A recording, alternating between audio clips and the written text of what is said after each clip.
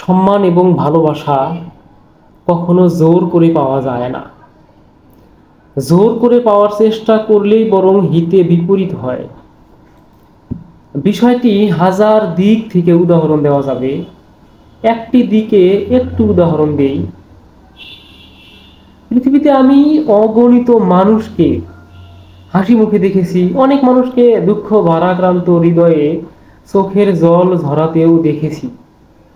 কিন্তু 5 আগস্ট তারিখে একই সাথে লক্ষাধিক মানুষকে আমি একই সাথে একই মুহূর্তে একটি মাত্র কারণে লক্ষাধিক মানুষকে খুশি হতে দেখেছি, হাসি মুখে দেখেছি। তারা প্রত্যেকজন মানুষ ঘর থেকে বের হয়ে এসে রাস্তায়, রোডে, ঘাটে, খেলার মাঠে, সেই সেলফি রোডে, ঝাউতলায়, পটুয়াখালী সদরের কেন্দ্রীয় শহীদ মিনার চত্বরে ফুর্তি করতে দেখেছি, আনন্দিত হতে দেখেছি একই সাথে লক্ষাধিক মানুষকে।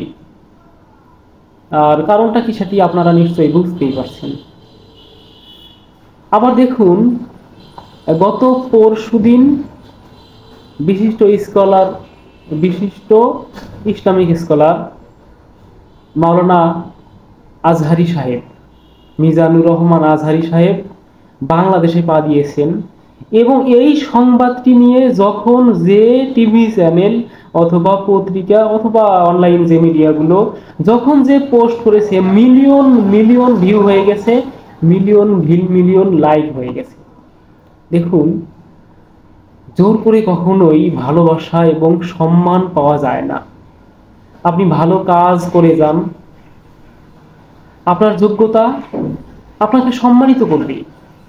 আর আপনি মন্দ কাজ করবেন, চুরি করবেন, ডাকাতি করবেন, হক মেরে খাবেন, আর সম্মান আশা করবেন, ভালো আশা করবেন, এটা তো হতে পারে না। উদাহরণ ডক্টর মিজানুর রহমান আজহারি, উদাহরণ 5 আগস্ট। কেউ একজন পালিয়ে গেল আর পৃথিবীর বাংলাদেশের কোটি কোটি মানুষ খুশি হয়ে গেল।